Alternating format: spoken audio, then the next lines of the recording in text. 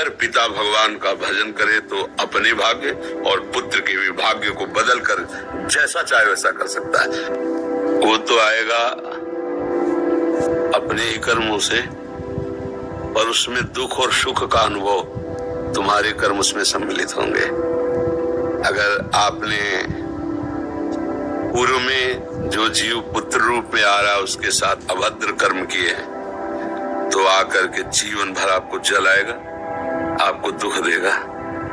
और आपने भद्र माने मंगल में कर्म किए हैं तो जीव पुत्र बन के आएगा, तुम्हें सुख प्रदान करेगा। अब यदि समय भजन कर लो भगवान का तो तुम उसके भी भाग्य को बदल सकते हो और अपने भी भाग्य को बदल सकते हो। ये भजन ही एक ऐसा कर्म है जो सब सुधार देता है। मार्कंडेय ऋषि के पिता महाराज मृकंड ने देखा, बहुत ज्योतिषाचार्य थे, कि 5 वर्ष में मेरे पुत्र की आयु खत्म है, मर जाएगा।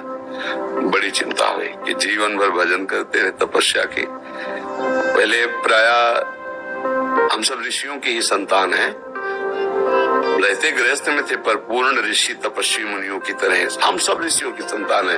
जब गोत्र पूछा जाए तो देखो नहीं बोलते भरद्वाज गोत्र, याज्ञवल्क्य, हम सब ऋषियों की संतानें हैं। हाँ, तो उनको लगा कि कैसे क्या कर सकते हैं कि 5 वर्ष के बाद ये बालक जीवित बना रहे। अब पिता का कर्म शुरू हो रहा है। पूर्व संयोग इतने ही वर्ष का था, अब उनका नया कर्म काम कर रहा है। उन्होंने विचार किया भगवान के भक्तों और संतों में विशेष सामर्थ्य है। यदि संतों को साष्टांग दंडवत करे और संतों का आशीर्वाद मिले तो मैं इसे मृत्यु से भी बचा सकता हूँ। उनको पता था, उनकी श्रद्धा थी, उनकी भावना थी। तो प्रायः पवित्र नदियों के किनारे ही ऋषियों के आश्रम होते थे, तो गंगा जी के समीप ही तो घाट में खड़ा कर देते। जो भी संत दिखाई देते, वैष्णव तिलक या शैव तिलक, वो सबको आदेश कर, छोटा सा बालक 2 वर्ष 3, साष्टांग प्रणाम करो, साष्टांग प्रणाम करो। उनकी सेवा यही थी, प्रसाद पाओ और जाकर घाट में खड़े हो, जो भी संत दिखाई दे साष्टांग प्रणाम करो।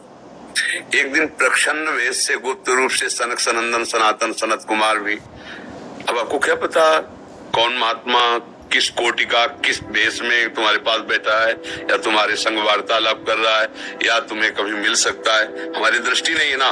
और वो दिव्य महापुरुष थे और वो देखा करते थे।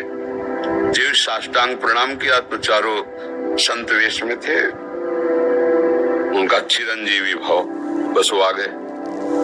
महाराज मेरी दृष्टि अचूक है, आप सनक सनंदन सनातन सनत कुमार चारों ब्रह्म कुमार है ना, प्रच्छन्न वेश से आप घूम रहे हैं, ये तो अभागी है, 5 वर्ष में इसकी मृत्यु हो जाएगी। और आप कह रहे चिरंजीवी भव, तो आपके वचन मिथ्या या इसका भाग्य मिथ्या? इसी बात में बैठे थे कि कोई ना कोई महापुरुष जब फंसेगा तो ये भाग्य को मिटा सकता है, साधारण थोड़ी मिटा पाता है, महापुरुष ही मिटा पाता है, उसमें सामर्थ्य होती है। तो उनका ठीक है, चिरंजीवी तो रहेगा ही। तुम्हारी ज्योतिष से तुमको पता है किस मिनट में किस सेकंड में मृत्यु होगी। उस दिन प्रातः से लेकर के और मृत्यु समय तक भगवान शिव के मंदिर में शिव का आलिंगन करके इसे बैठा देना, बस फिर और हम देख लेंगे। ऐसा ही किया। चारों ब्रह्म कुमार दरवाजे पे खड़े हो गए। तो ऐसे पुरुषों के पास यमदूत नहीं आते, साक्षात धर्मराज आते हैं। धर्मराज ने देखा सनक सनंदन सनातन सनत कुमार, तो उनका इस जीव का समय हो रहा है, आप आदेश करें तो मैं इसे ले जाऊं। लेकिन मैंने तो चिरंजीवी भव कहा है। बोले ब्रह्मा के आप पुत्र हैं और ब्रह्मा के द्वारा ही विधान किया जाता है। तो इतनी वार्ता हो रही थी कि भगवान शंकर प्रकट हो गए।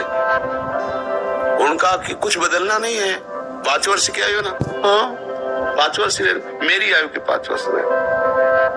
भगवान ब्रह्मा जी एक सुई लेकर के ऐसे कमल में छेदे थे, आका 1 वर्ष हो जाता है। वो क्रम जब समय का लेंगे, जैसे उत्तरायण दक्षिणायन देवताओं के दिन रात, ब्रह्मा जी का दिव्य 100 वर्ष का जो आयु का विवरण है ना, उसको जब पढ़ो तो होश खराब हो जाएगी। एक दिन में 74 मनु बदल जाते हैं, इंद्र बदल जाते हैं एक दिन में। और भगवान का समय, वो जो ब्रह्मा जी का समय, निमेष, पलक झपकना, इतने ब्रह्मा की पूरी आयु हो गई। 5 वर्ष उनके, आज तक मार्कंडेय जी जीवित है, उनको चिरंजीवी ऋषि कहा गया है मार्कंडेय जी का। अगर पिता भगवान का भजन करे तो अपने भाग्य और पुत्र के भी भाग्य को बदल कर जैसा चाहे वैसा कर सकता है। भावी मेट सके त्रिपुरारी।